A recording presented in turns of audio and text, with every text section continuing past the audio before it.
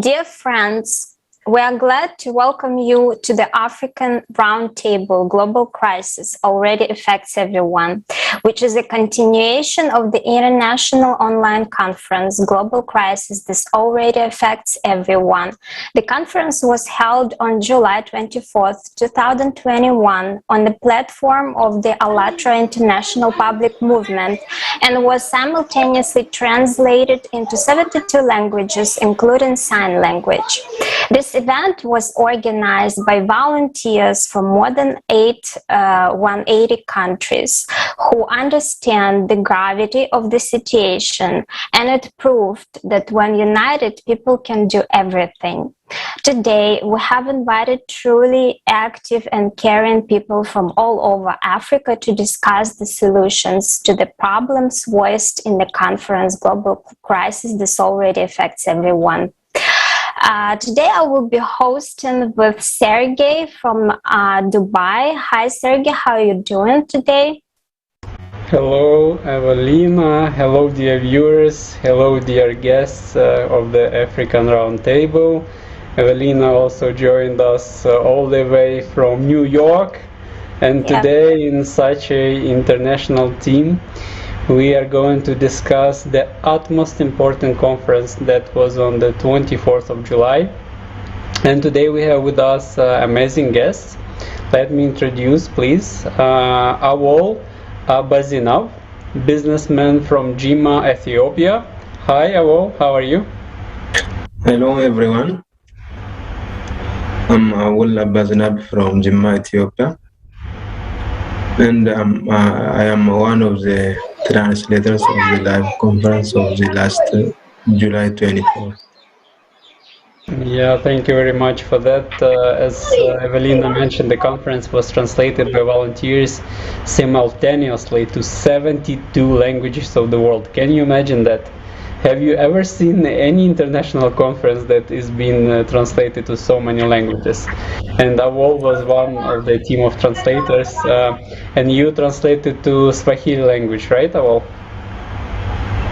Yes, I translated to the Ethiopian language in Amharic. Okay, thank you very much, and welcome to the round table. Then we have with us Nathan Mulenga, marketing and intellectual property rights professional from Zambia. Welcome, Nathan. How are you? Hello, hi.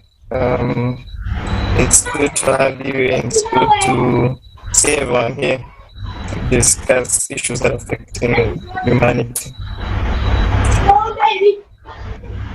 Okay, welcome to the round table. And also we have with us Kenneth Gagakuma, agripreneur and digital marketing expert from Ghana. Good evening, Kenneth. How are you today? Good evening, everyone. I'm doing awesome.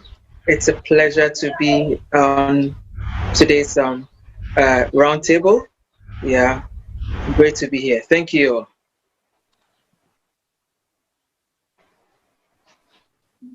Welcome our dear speakers, our guests. So let's start our roundtable discussion with the first part of the conference, benefits and threats of artificial intelligence in today's consumer society.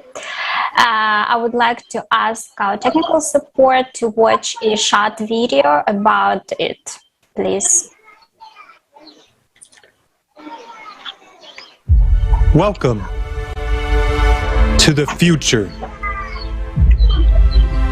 Already today, artificial intelligence has been able to synthesize a new antibiotic capable of killing bacteria resistant to the previously known drugs.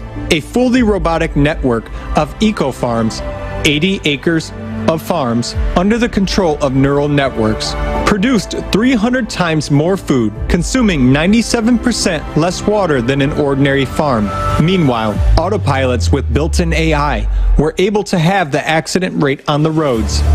Yes, artificial intelligence can already be found everywhere. After all, the benefits of its implementation are simply enormous. Actions that used to take hours can now be completed in seconds.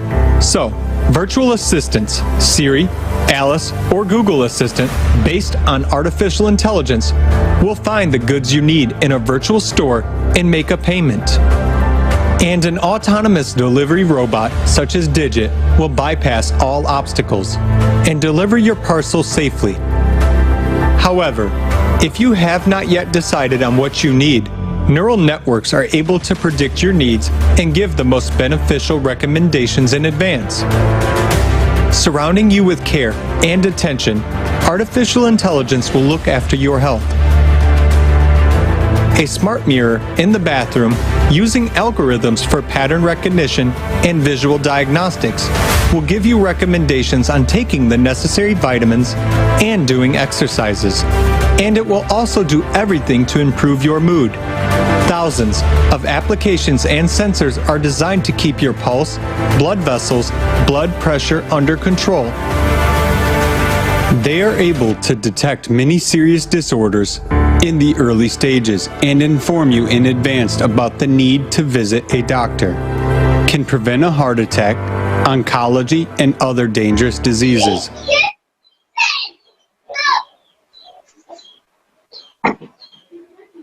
Well, as we've seen now, this is just the first part of the conference.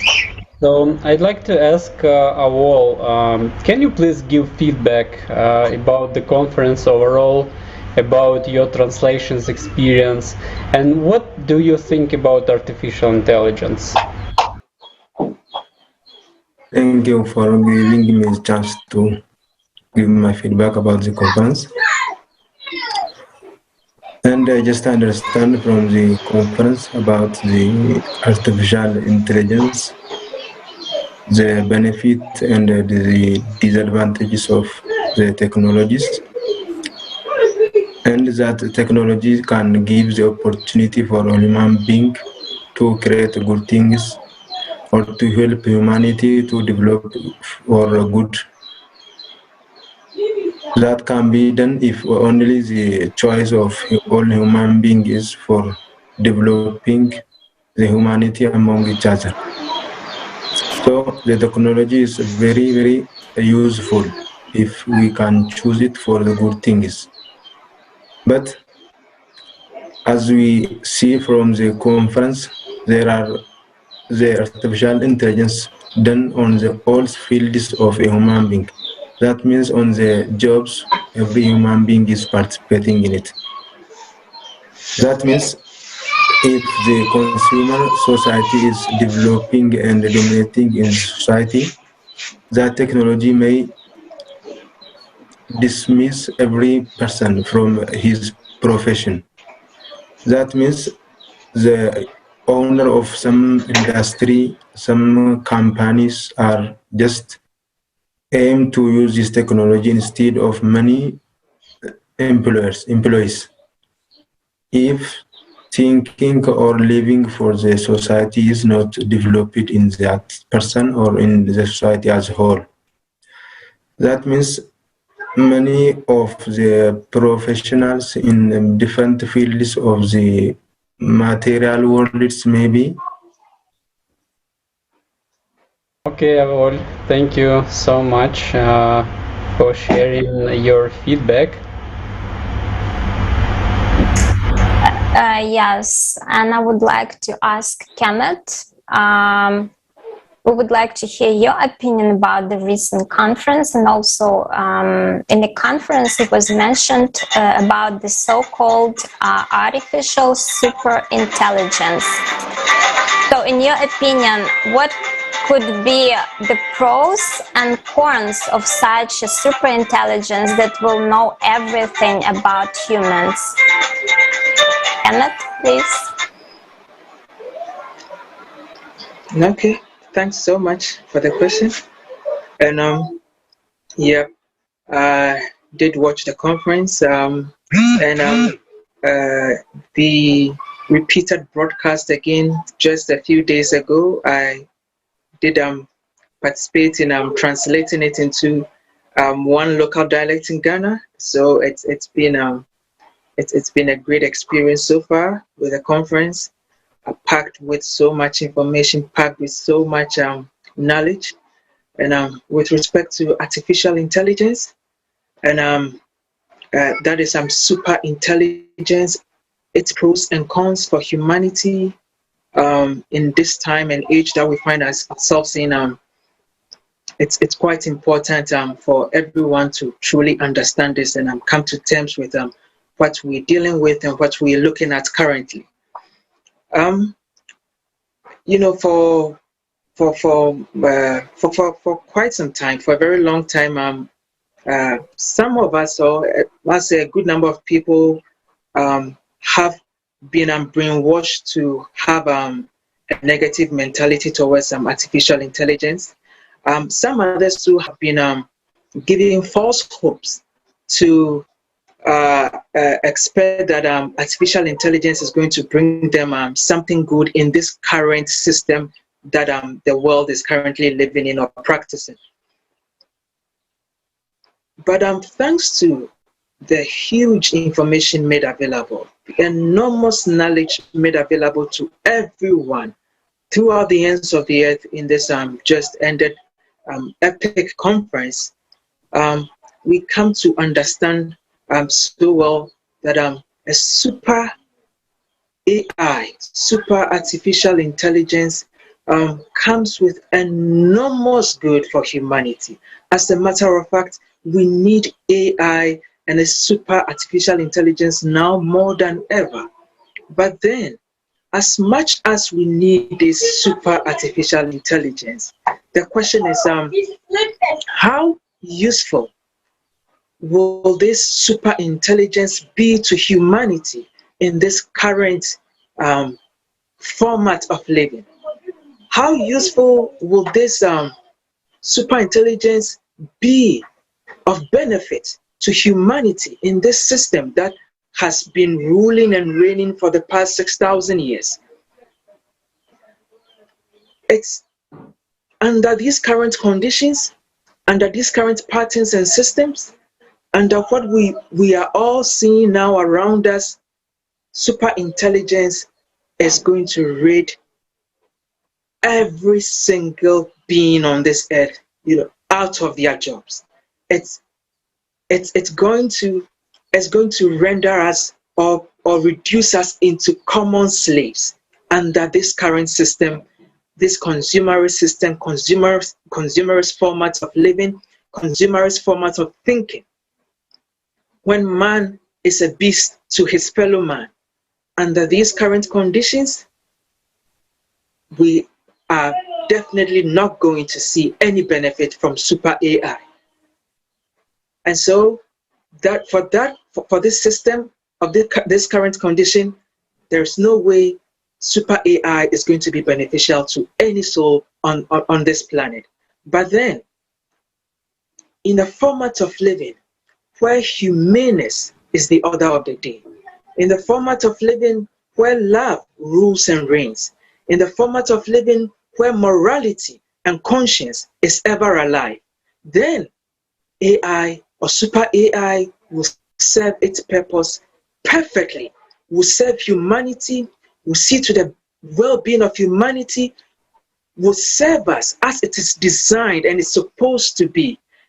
And then humanity will have the room, the freedom, the time to develop and evolve as it is supposed to be, to become the beings that we were truly created to be. Then, and in this state, then AI or super artificial intelligence has been useful and beneficial to humanity.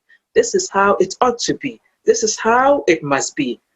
And this is why I believe this epic conference was staged to send this message throughout the ends for all of humanity to understand, comprehend the times that we are in, why we need AI so much now more than ever, but why we do not need AI in this current system of living, this current format. But then we need it now more than ever in a format where love, goodness, morality, conscience reign, of which and this format is what it's being spread around. We've come to know or called the Creative Society format. Thank you so much. Thank you so much, Kenneth. Yeah, it was a wonderful, comprehensive feedback and a really full explanation of how artificial intelligence can be useful in one kind of society and in the other kind of society we're living right now. So thank you, Kenneth. Yeah, indeed. Thank you very much for your speech. In today's consumerism society, indeed, it will not be beneficial and leave us all unemployed. But let's hear from Nathan. Can you please share your experience about the conference, and maybe you can give us some examples where in which parts of our lives AI is already replacing humans. I think there was some issues with Nathan's internet. Okay, Kenneth, can you? Okay, Nathan, are you with us? Can you give us some examples in what areas of life artificial intelligence already replaces humans? Maybe some examples in Africa or international examples. Okay. Are you able to get me? Yeah, we do hear you. Okay, thank you. For starters, I would like to commend the organizers of the conference, which we had, and it was most outstanding conference in the entire history of humanity. I would say, time immemorial, we haven't had such events of which I even participated. I'm glad to be a part of the conference, and by all means I tried to translate to help my people to understand. Even though I was having issues with the internet, I think maybe it's just in Africa where we're having issues with the internet. Even though we have 4G or 5G, but still we have issues with the internet. It's a big issue. But with the help of AI, I think it may improve in one or another, but I don't think it may be used as of now, like Kenneth is from saying. Because if we try to consider it now in some societies, they may use it as a tool or a weapon. Some people may use it as a tool or weapon to attack another individual because of issues that they are having. But on the good side, I would say AI is good because it helps the work done to be easier. In short, it helps people to do things in an easy way, where they used to take 5 hours, like a video that we were from watching, where they used to take a number of hours to complete the task. AI would help them to do it within minutes. But again, from the statistics that I researched, it shows that we are about 7 billion people on the planet, and 5.6 women and 2.2 are men. Now, if we say we replace these people from their place of work, now what are they going to be doing? Are they going just to be sitting home without doing anything, while the machines are doing work, and just for them they just have to work at the month and to go and receive their benefits? Or maybe the money will be transferred using the same systems, so they just have to sit home. Everything will be done by the machines. Then what would be the purpose of us men, or what would be the purpose of mankind? Is it just going to be like sitting home without doing anything? Like, I'm trying to look at it from all angles and all perspectives, because if we just consider it to be, okay, it's a good thing, yes, it's a good thing. And for example, we're using the gadgets that we're using, the laptops and the phones, they're all examples of what is AI, because the components which are in these phones for for the phone to operate, it's because of AI. For the PC to operate, it's because of AI. Even for the internet, the same internet. In the video, they give an example. See, if I want to get a location, maybe I want to ask something, maybe I don't want to type, I'm busy and doing something on my PC, I can just say a word and Siri will be able to show me what I'm supposed to do. So I can say AI is not a bad thing, but I don't think we're ready as humanity. We need a society whereby everything will be perfect. Even when we're introducing such things, people will be able to know how to communicate with AI, how to do those things like how to live with robots and all that, and like this stage, because we may lay off a number of people from their places of work. Then what will happen then if they stop working?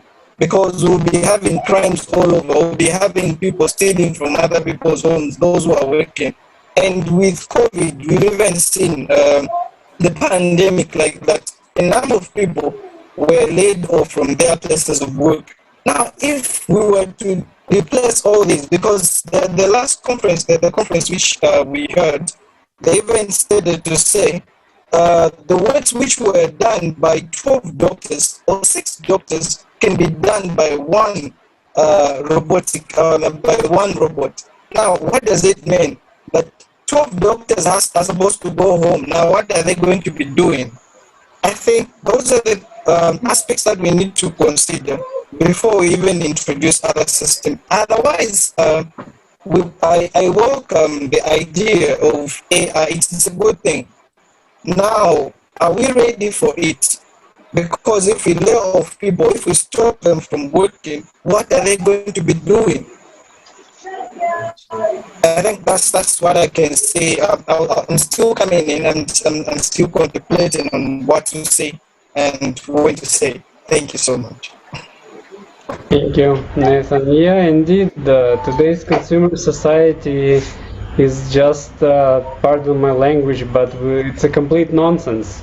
We really need to do something with it, because we are trying to send spaceships to Mars, to Moon, to Sun. Like, it's a complete consumer approach to the planet. Like, okay, here we already how to say nicely, wasted everything, we destroyed the planet, we've consumed everything we can, let's move next. Which planet is next that we can destroy? This is complete like nonsense, that we waste billions of dollars in search of life in the dead planets instead of improving the life we have here. So I completely agree with you that if we are so proud of modern technologies, then let's fix the internet in Africa. Let's fix the issues with food, with the water, and later on we will as well discuss it about the global cataclysms and the climate refugees. Evelina? Yes. Absolutely agree with every word. And as we've seen during the conference, artificial intelligence has made a great progress in the healthcare industry. So it does really difficult surgeries 10 times faster than a doctor can do. And there's such an opportunity as tiny nanorobots that the person can take with a glass of water without noticing anything. And they are able to deliver the medicine exactly to the part of the body where it's needed the most. And I have a question to Kenneth. Do you think it's a good thing? And what could be possibly, what could be the threats if these technologies are intentionally used to harm people? Thank you so much for this wonderful question. It's, if we see society today, of what society has become, when we look into healthcare, when we see the situation of healthcare across Africa, across Europe, Asia, North and South America. It's such an urgent issue. It's like as the years roll by, our immunity is getting weaker and weaker, and people are more prone to sickness now more than ever. And all these were extensively discussed in the conference. Some of the causes behind all of these things that are having deadly effect on the human body. The human body is deteriorating so fast, it's getting weaker and weaker so fast. And then here comes artificial intelligence. Here comes these wonderful ways, unique science and technology to fix the human health, to attend to the human body and health more in a much better way. It's all being developed so rapidly, so fast. But then let's just even see how it's being used now and how it's being restricted just to a few places.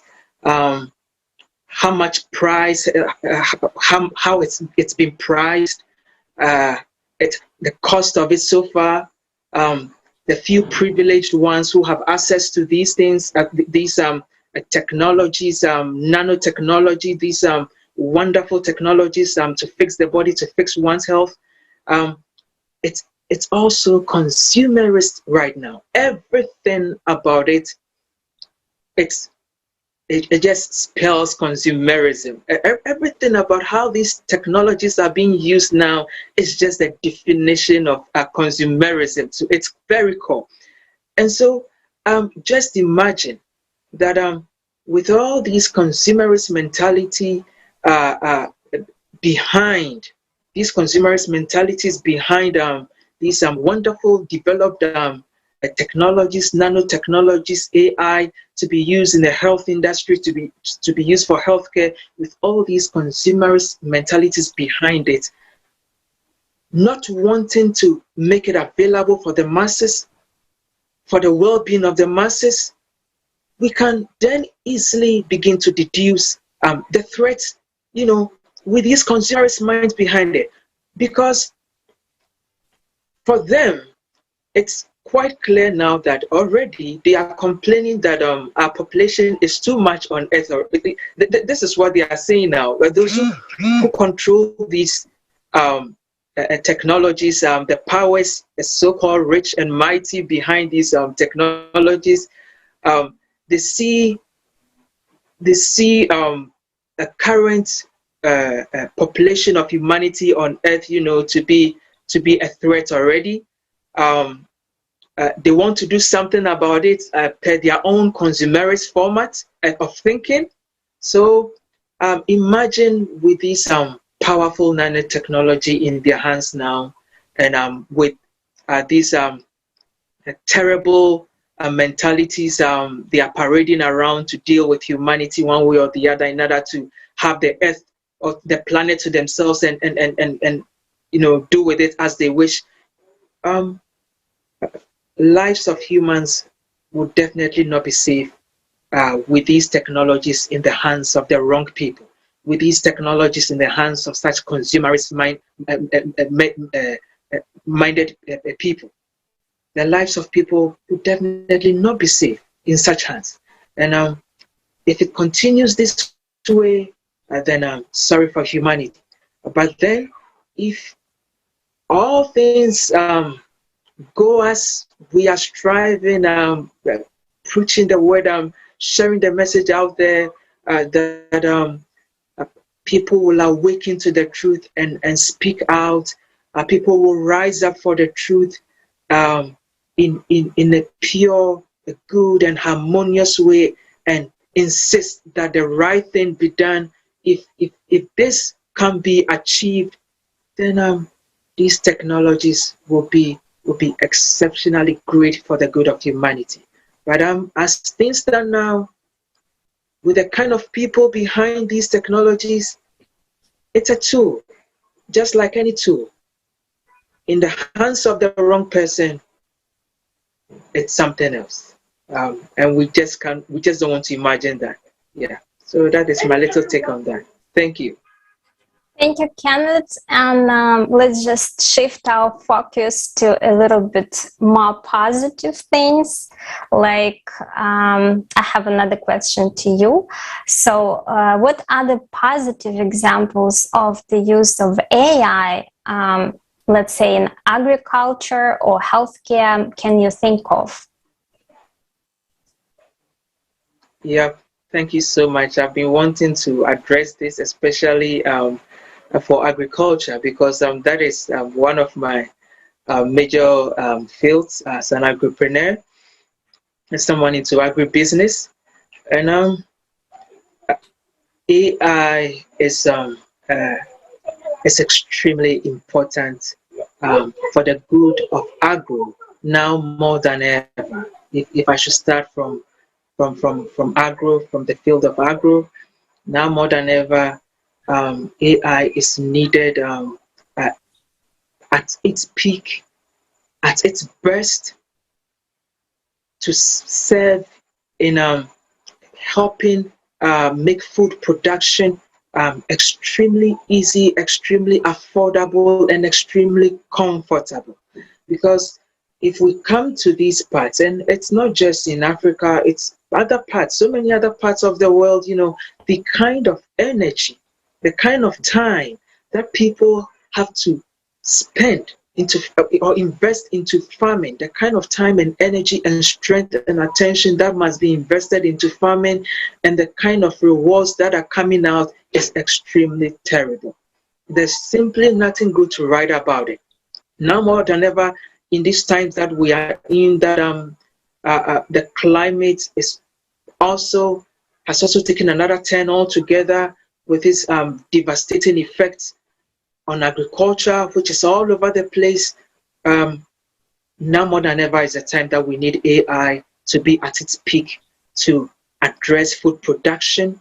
And we can see it popping up all over the places. There are vertical farms popping up all over the place.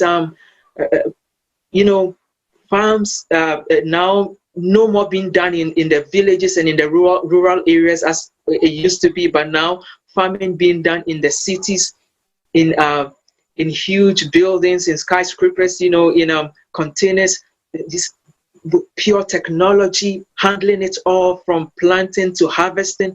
You know, it's just brilliant to see what AI, I mean, even at this stage of its development, can do in the field of agriculture, and in seeing to it that food insecurity, hunger, and famine is completely eradicated out of the earth. But so these are massive advantages of AI in the field of agriculture.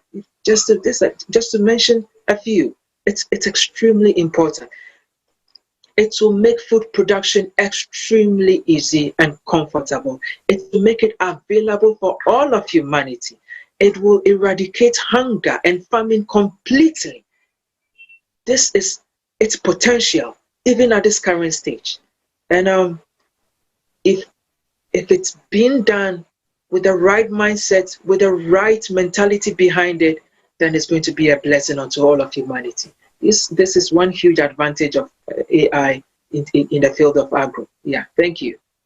Yes, thank you, Kenneth, so much. Indeed, everything depends on who owns artificial intelligence, in what hands it is.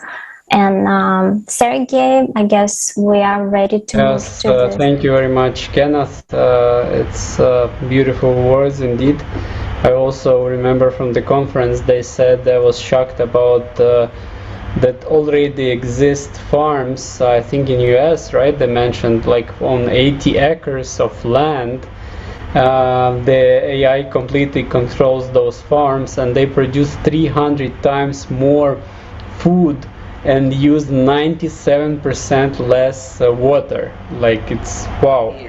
And at the same time, we have like in Africa, in India, in I don't know, in Sri Lanka, Nepal, so much countries where there is problems with food and clean water. Like, again, we really need to do some changes. And On top of this, nowadays probably everyone had noticed the consequences of global climate change. Our planet has entered a certain cosmic cycle which causes serious changes in the sun activity, and thus influencing the core of our Earth. And it weakens the planet's magnetic field. And cosmic radiation can easily come into our planet, and that causes inevitable global cataclysms, which now had synchronized, and we see the effects all over the world. All the volcanoes, landslides, floods, tornadoes. Let's watch a small excerpt from the conference about this topic.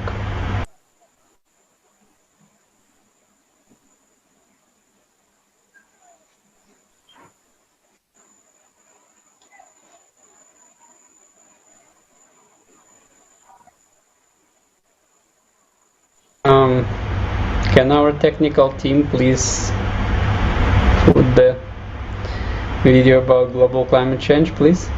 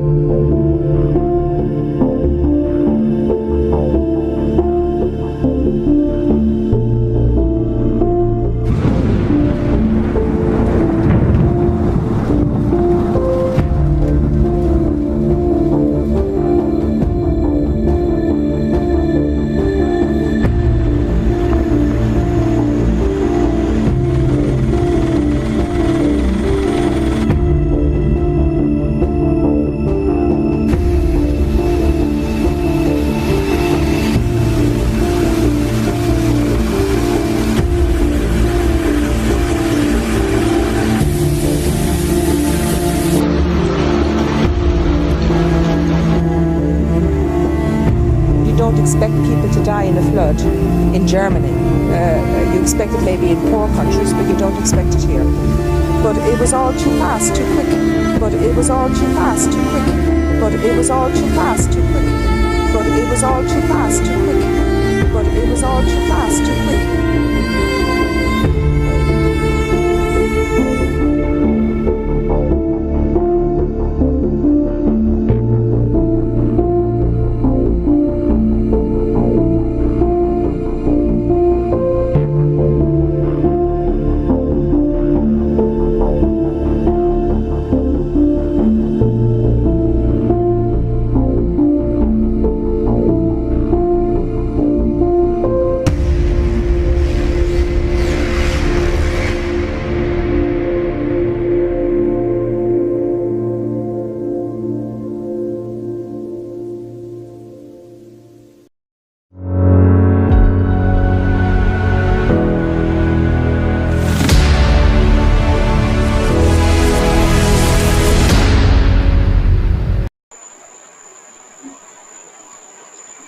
As we've seen from the video, the cataclysms, they happen all over the globe. No matter if it's a rich country or poor, no matter if you have bank account or not, nature does not choose, and this already affects everyone. And we really got to do something with that. And I wanted to ask you, Nathan, like based on the video, like the nature does not choose between rich and poor. What's your opinion about this global cataclysms in the world?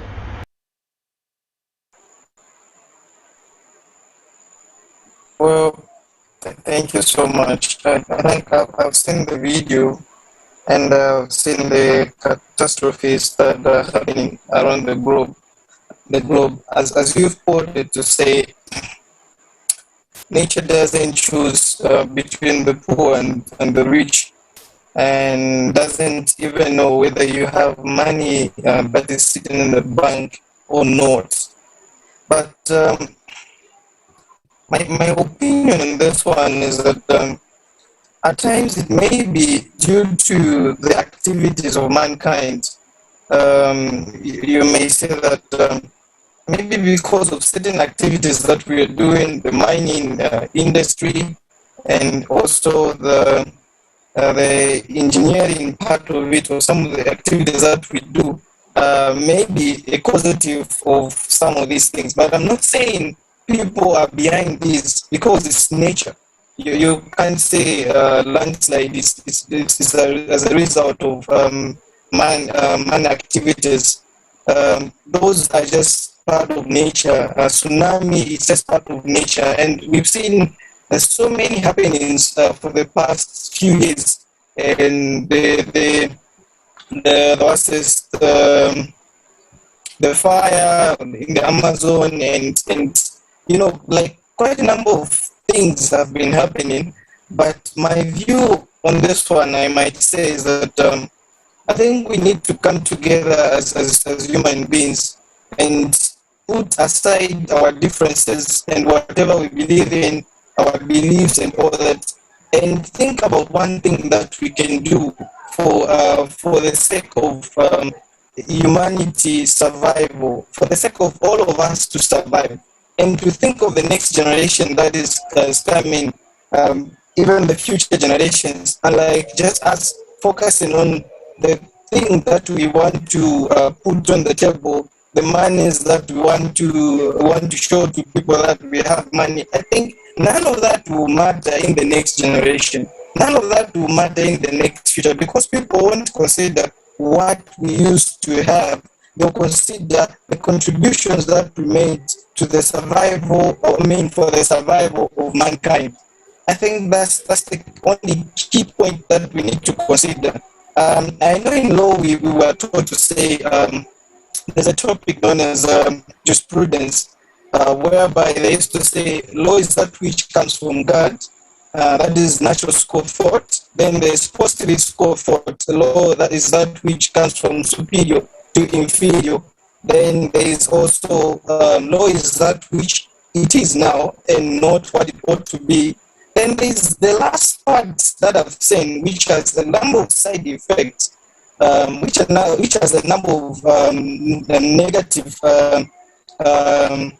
issues, which is Karl Marx school of thought, where they used to say law is used as a weapon or a tool to oppress the poor, is used by the rich to oppress the poor. And this is what I'm seeing in the today's society, where people just want to becoming more richer than others and not considering what others are going to eat, what others are going to do. Even these times that we are facing, I think it's high time we get together as human beings and think of something that we can do. If it means the population is too much, if it means to take some people to Mars, like the spaceships that they've prepared, I think they can do that. If they've said that the population is too high and we can't all fit on this planet, which is planet Earth, then they can take some people to planet Mars, so that we at least we have 50-50 for the survival of humanity. I think that's what I can share, unless there's a follow-up question on this one. But we just have to get together and think of how we can survive this, and think of the next generation, and think of what best can help us to stop some of these things from happening. Like, these are natural activities. Are they caused by natural instincts, or are they just unthinkables? Or maybe they might be caused by some of the things that we do as human beings. I think that's what I can share on that one. Thank you so much, Nathan. Yes, it's indeed very important that we not only think about ourselves, but about our future generations, and just put aside all our differences for the sake of the future generations and as well as us, because we would also like to live in a nice place the rest of our lives. We're still young and we have some time. So, and now I would like to ask a question about climate change and how countries should cope with it, and are they able to cope with it alone? Kenneth, please. Thank you so much. Thanks so much for this all-important question. The reality of climate change is really daunting, it's frightening.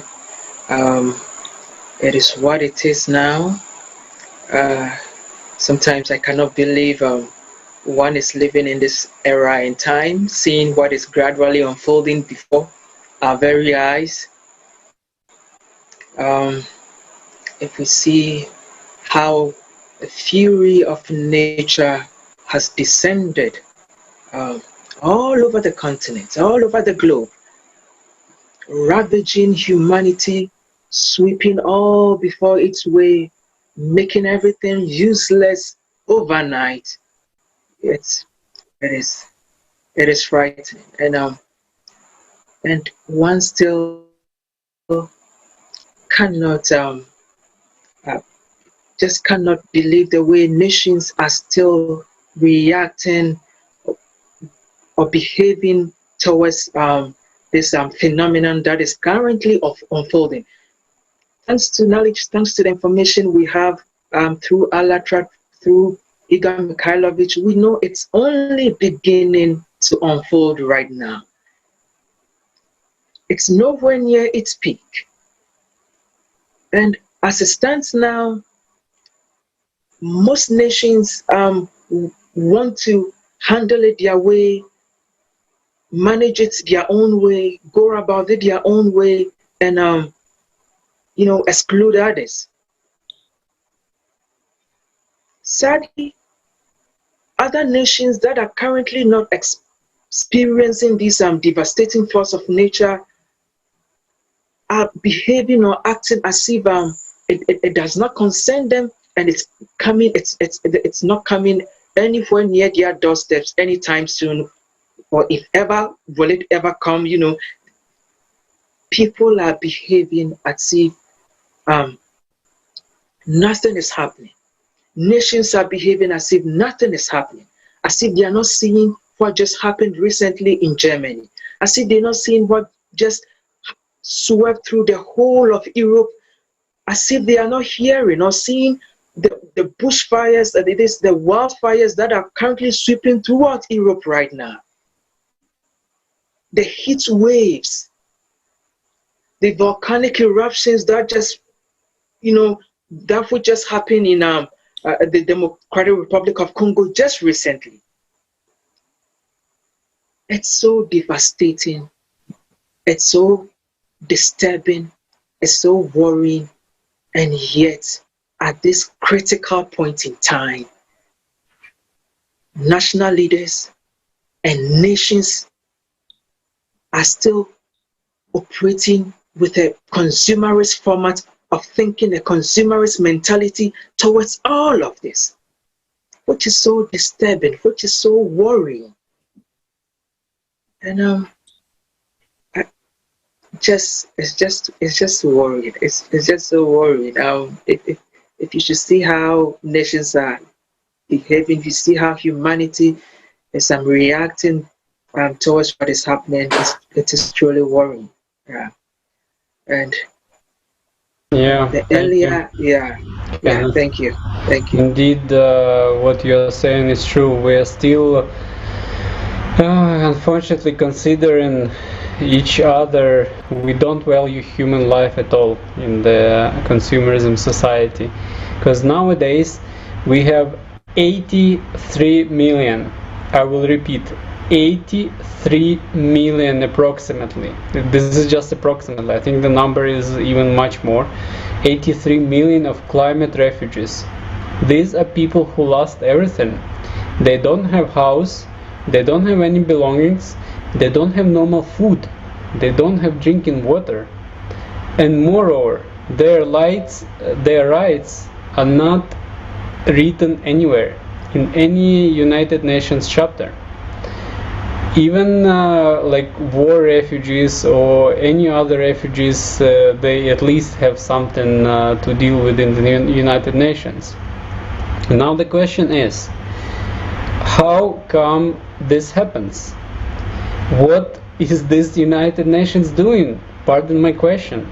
Why this United Nations representatives, when we invited them to the conference, which was viewed by millions, were like thousands of participants from all over the globe, from almost 200 countries of the world, and they ignored the invitation.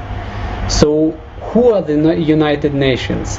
These people, these volunteers from all countries of the world, ordinary people who realize the necessity that something needs to be done. Or, pardon my language again, some bureaucrats that sit in some building with millions of budgets and nothing happens. And once again, I want to outline, can you imagine volunteers without any funding, without even $1 spent by any organization, managed to make this conference global crisis? This already affects everyone, which was simultaneously translated into 72 languages. And I would like now us to see another fragment of the conference regarding climate refugees. Let's see.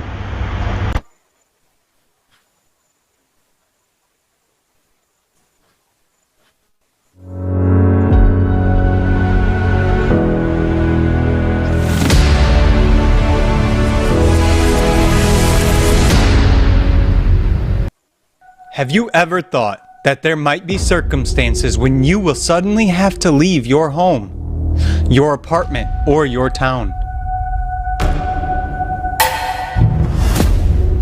Leave forever. And the reason for this would be neither traveling, nor vacation, or a planned moving, but the necessity to survive.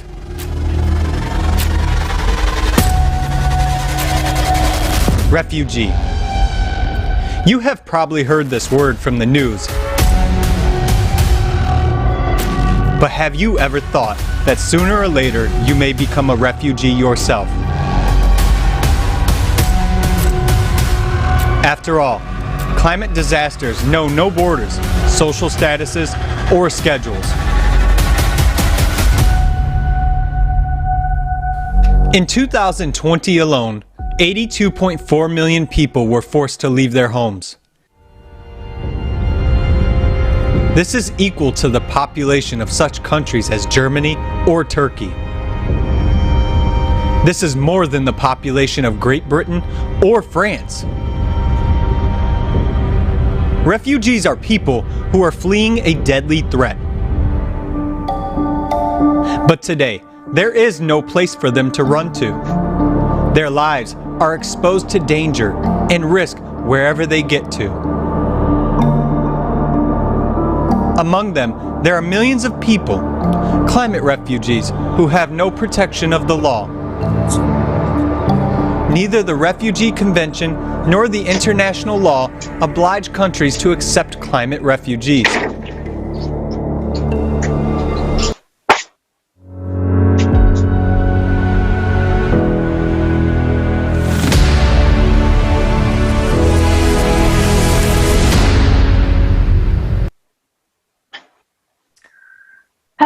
Yes, absolutely disturbing video, and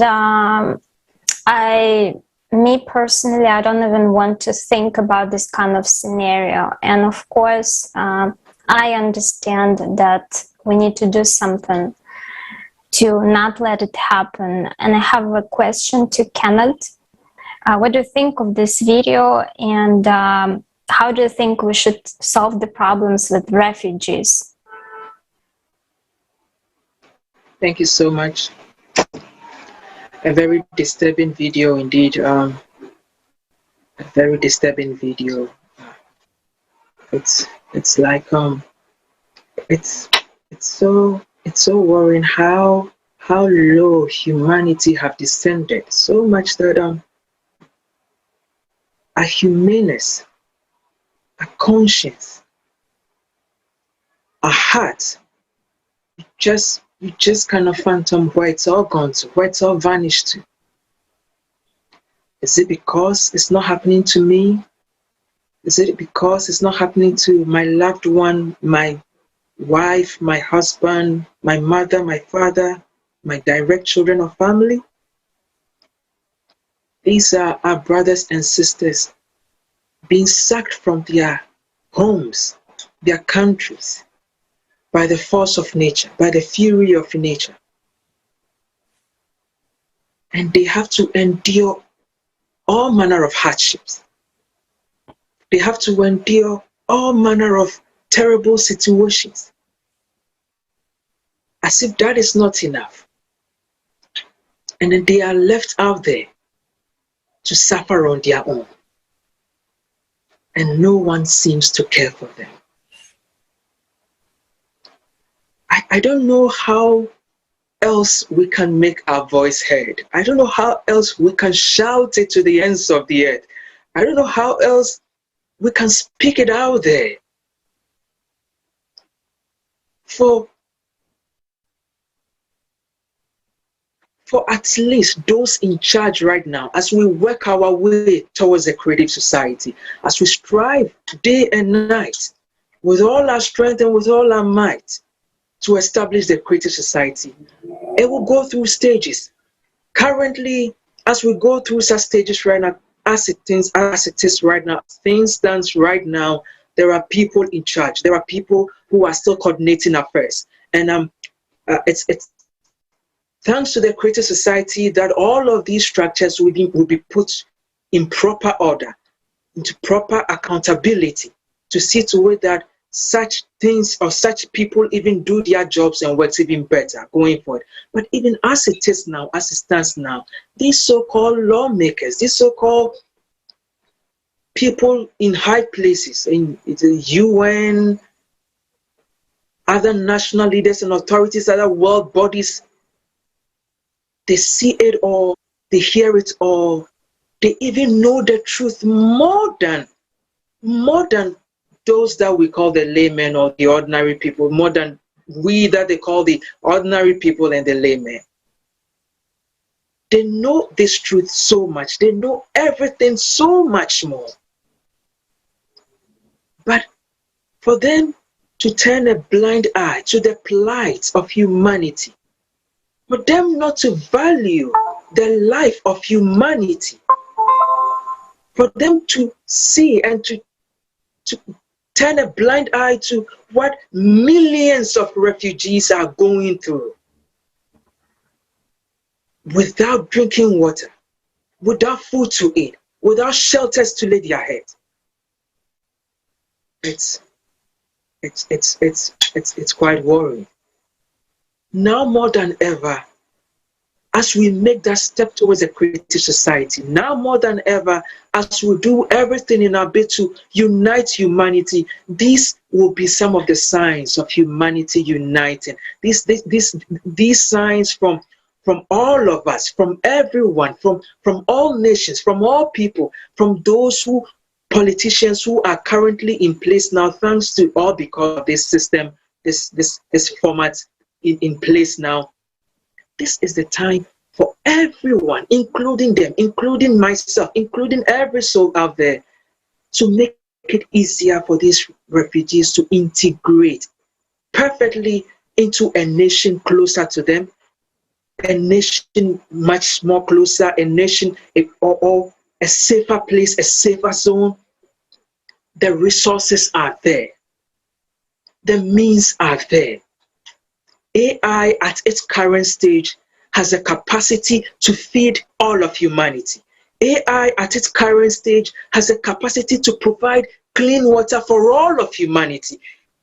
And AI is not even at its, elite stage yet, at its perfect stage yet. But even at this current stage, there is so much benefit that can be used even for our brothers and sisters in this current refugee state and situation right now. The resources are there.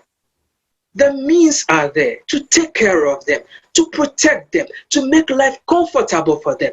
It's all there. There is so much available to do. So this is our message. This is our plea to the ends of the earth. Somebody is listening to us right now. People are listening to us right now. Surely one way or the other, a whole lot more people, millions listening to this epic conference that was just held. Even those who refuse to turn up, the UNs, the celebrities, the stars, name them. I believe by now, the message is reaching out to all of them one way or the other, because so many millions tuned in. They heard it all. It's now a golden opportunity for them to prove the least, the tiny bit of humaneness still left in all of us. This is now the time for us all to prove it, to prove that we are worthy to be given a chance to survive, to live, to save our planet, and to live like humans. This is now the chance for us to prove it all one way or the other. I can start proving it now in my neighborhood. At least there are street children. There are street children. There are orphans out there. There are people suffering out there, just like refugees. Some are trooping to Ghana now. As I speak now, from neighboring nations. Some are not coming here right now. This is a chance for me to start proving it out there. This is a chance for you and I, for everybody. If our national leaders will not do it, if UN will not do it, let us, the ordinary folks, let us take this upon ourselves. We make up the majority in the nation. If someone is coming from my neighboring nation like Nigeria or Togo or Benin to Ghana, and my leaders are not prepared to do anything about this, let me take that a little bit. If we want these humanist rules, humanist reigns, morality reigns, conscience lives and it's exhibited for all to see. This is our golden opportunity. This is our last chance. I believe this is our last chance to prove our humaneness. Otherwise, it is over for us all. This is the least we can do for the refugees, because we know, thanks to knowledge, that this is not going to stop.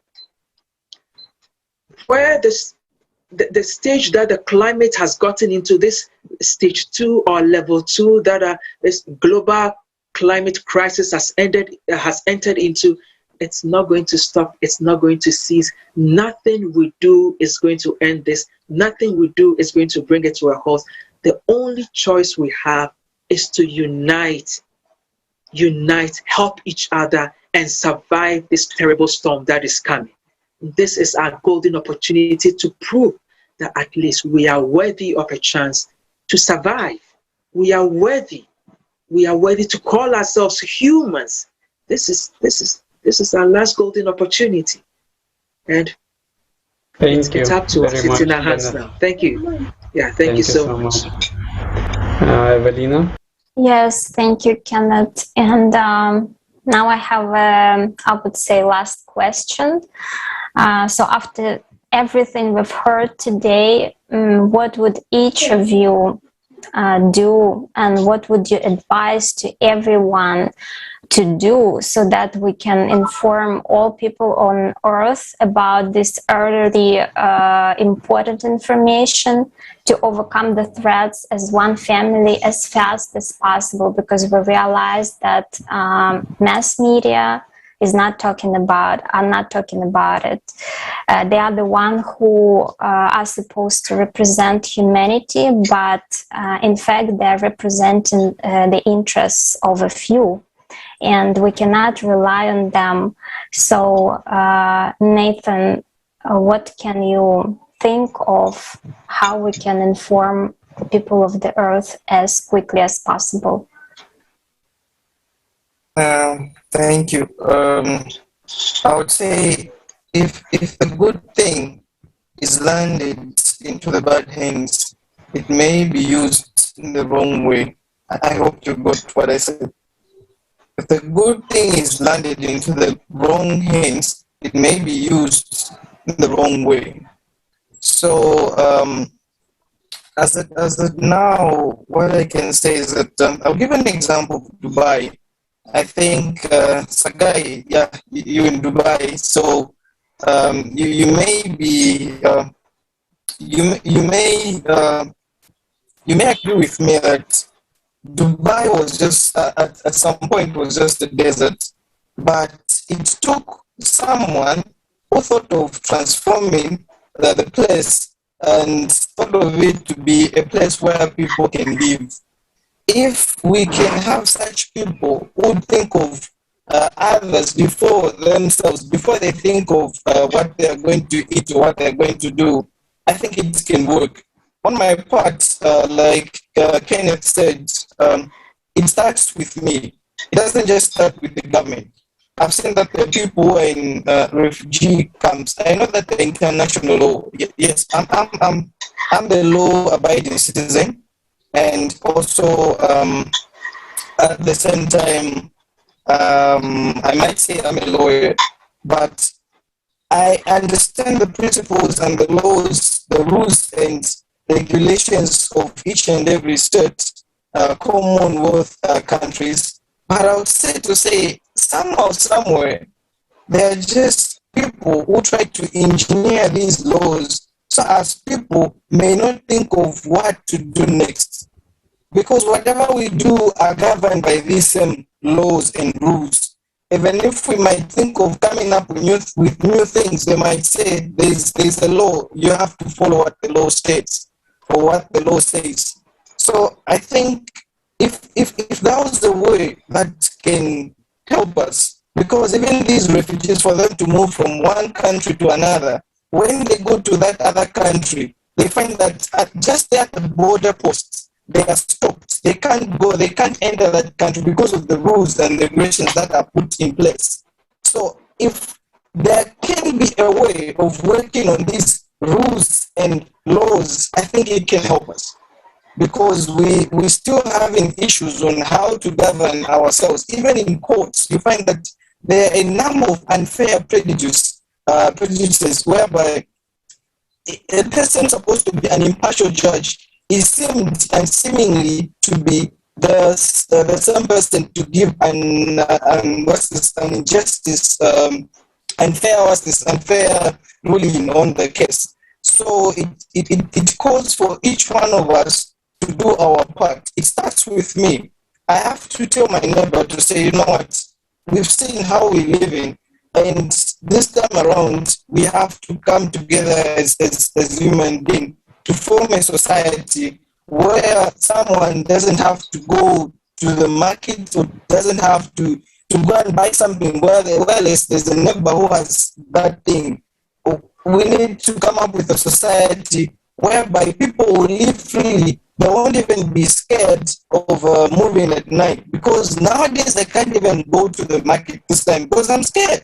They may kill me. And in Zambia right now, we'll be having elections on 12th of August.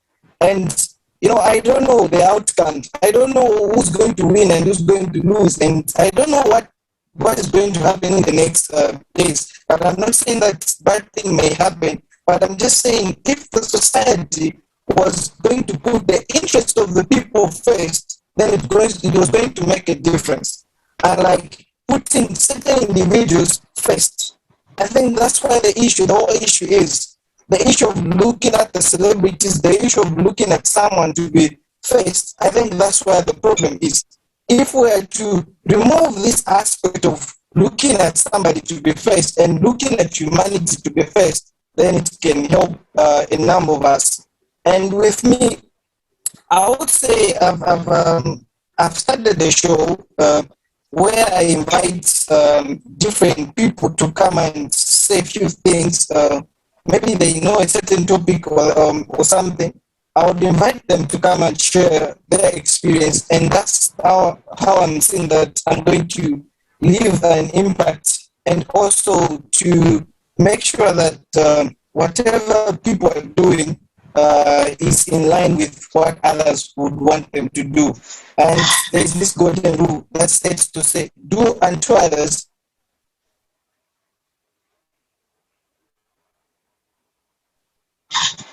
as you would like them to do unto you. So whatever you want others to do to you, you have to, whatever you want others to do to you, you have to make sure that you have to do that same thing to them. It has to be equal. So as human beings, as we are striving and trying to thrive and survive with all these happenings, we need to put it into consideration to say, whatever it is that we do, we need to put the interest of mankind first, the interest of others first. And that's what leaders are. Because if a leader is just thinking of where to put the money, where to invest the money, and where to go and borrow the money from, I don't think we are going to survive. Because by the end of the day, a number of countries in Africa will be faced with sanctions. And as I'm saying right now, a number of African states are they've borrowed quite huge money, whereby they're even failing to pay back the same money that they borrowed. Whereas Africa is the richest continent, and they have minerals, they have everything, but they can't just control themselves, and they can't just come together as one and, help their people, and for them to strive and survive, for them to satisfy their needs and wants. I think that's all I can say, because all these happenings, they're just showing us to say we need to come together as human beings. We need to get together, work together, and do things together for us to create that society which will be perfect, with perfect conditions, rules, laws, and regulations. Thank you. Thank you very much, Nathan. Thank you very much, Kenneth. Thank you very much, Evelina, and thank you very much, dear viewers. Unfortunately, our time is running out very fast. And dear viewers, please, we strongly recommend you to go to ALLATRAUnites.com website and have a look at the global conference, Global Crisis. This already affects everyone. Also, please join the millions of volunteers around the globe, and let's inform everyone that we need to do something. Let's inform everyone about this utterly important conference. On ALLATRA Unites website you can find the red button join, and all is needed is just to fill out a very short form, and so that volunteers can back in touch with you, and let's together work on it, because we totally cannot survive this alone. We need to work together, and in the end of the day, only as one family, as one humanity, we can pass through these challenging times of global cataclysms. Thank you so much, and see you soon on ALLATRA TV Africa. Thank you so much, everyone. Thank you. Thank you so much. Thank you.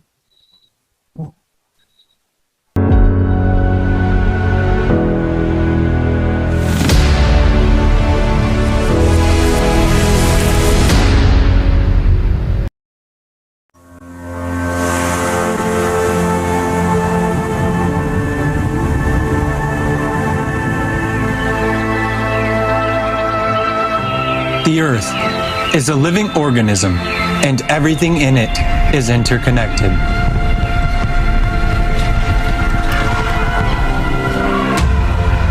The Earth is as much as an organism as a human, and it's just as vulnerable.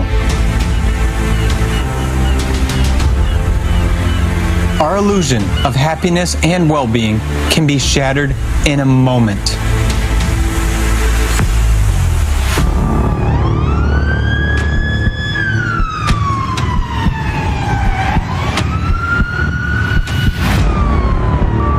% of lungs are damaged.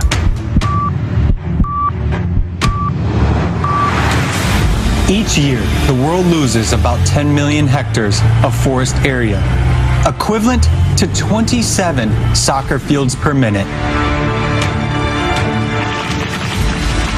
In 2015, an estimated 50% of the planet's wild forest had gone. If the trend is not stopped, we will only have 10% of the world's original forest left by 2030.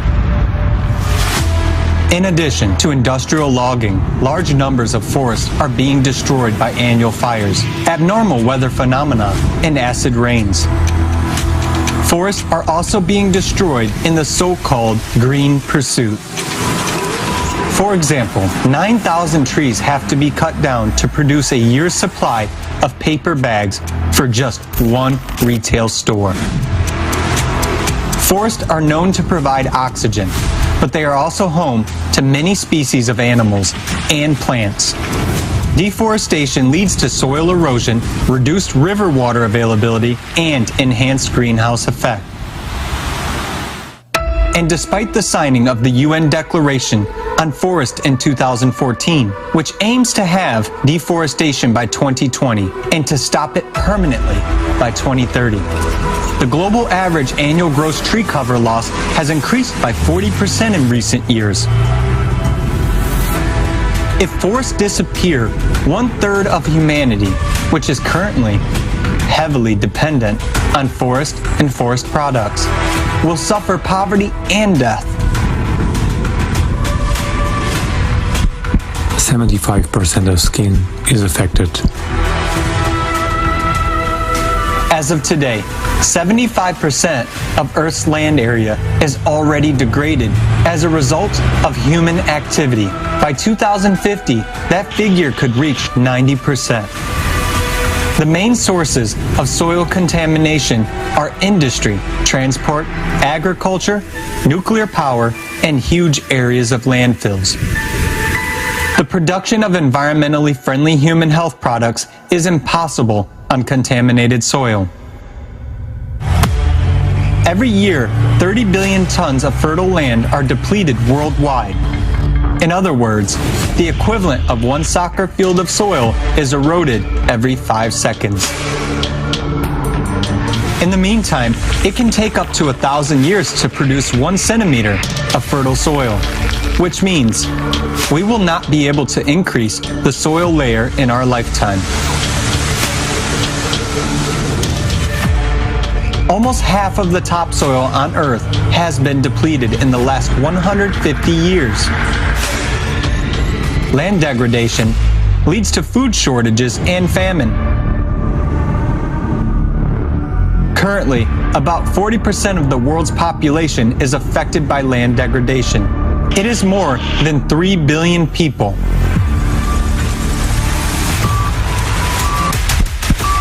Oxygen deficiency is being observed. 9 out of 10 people worldwide breathe polluted air. The main sources of anthropogenic air pollution are emissions by industrial plants, as well as all types of transport vehicles, thermal power plants, and waste incineration. Air pollution is one of the leading threats to child health, accounting for almost 1 in 10 deaths in children under 5 years of age. 24% of all deaths among adults are caused from heart diseases, 25% from stroke, 29% from lung cancer, all of which are induced by air pollution. Air pollution generated by burning fossil fuels is attributed to approximately 4.5 million premature deaths worldwide every year. The WHO estimates that air pollution kills more than 7 million people annually. Liver badly damaged. Marshes are a giant natural filter that effectively absorbs carbon dioxide, dust, and toxic elements from water and air. Within 1 year, 1 hectare of swamp absorbs 3 tons of dust from the air and 7 to 15 times more carbon dioxide than a hectare of forest, and releases 7 to 15 times more oxygen. Meanwhile, about 90% of wetlands have disappeared all over the world in the last 300 years, and now we continue to lose them 3 times faster than forest.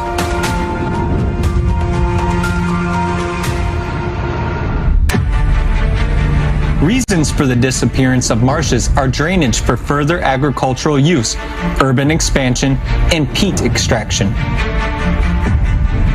Swamps are being depleted as a result of water loss due to the weirs and dams, construction, deforestation, and soil erosion.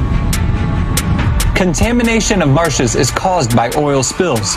Thus, the most important function of the marshes, cleansing the atmosphere, is impaired. If marshes stop absorbing CO2 from the atmosphere, its concentration will increase by 28% annually. Marshes are strategic storages of fresh water. Less than 1% of water on Earth is usable freshwater and is mostly stored in wetlands. The disappearance of marshes leads to a significant reduction in the supply of fresh water. The blood test is not good. 2.2 billion people around the world do not have access to safely managed drinking water. Water scarcity already affects 4 out of every 10 people. Globally, at least 1.8 billion people have to use a drinking water source contaminated with feces. 2.6 million people die each year of diseases relating to the water and an unsanitary environment. That's 5 deaths every minute. 297,000 children under 5 die annually from diarrheal diseases due to poor sanitation, poor hygiene, or unsafe drinking water. According to the UN report, World Water Development Report, by 2025, an estimated 5.5 billion people may be living in areas facing moderate to severe water stress. The deterioration of the water scarcity situation will lead to mass migrations and, as a consequence, to conflicts and wars over this natural resource. According to the estimates of the World's Water Portal of the Pacific Institute, between 2010 and 2019, worldwide, there have been 466 water-related conflicts of various scales. 36 of them were armed battles, and 285 caused damage to water infrastructure.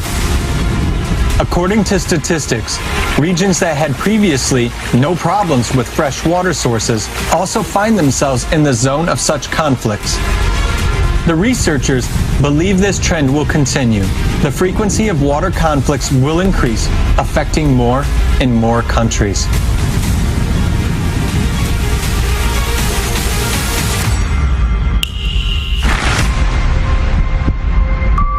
The immune system is destroyed.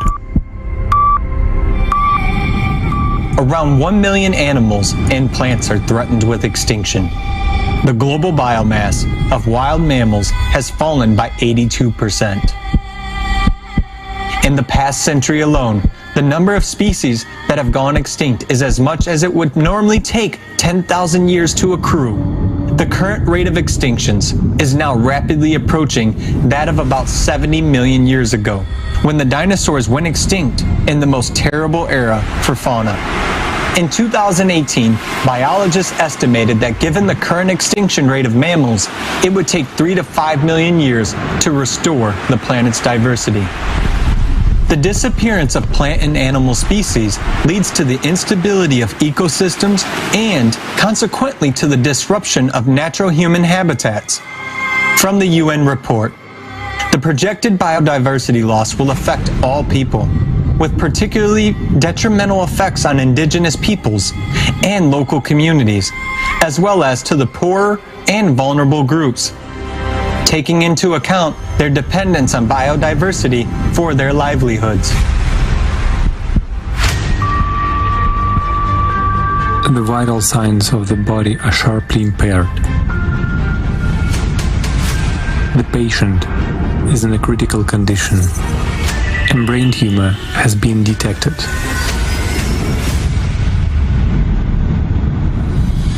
The consumer lifestyle of humans is like a malignant tumor on the Earth's body. It is constantly growing, consuming and consuming, and taking everything it needs from the macroorganism for itself. It doesn't share, doesn't think about others, which results in the death of the organism along with the cancer tumor. If no global action is taken today, tomorrow it will be too late. The planet you live on is dying. The creative society is our only chance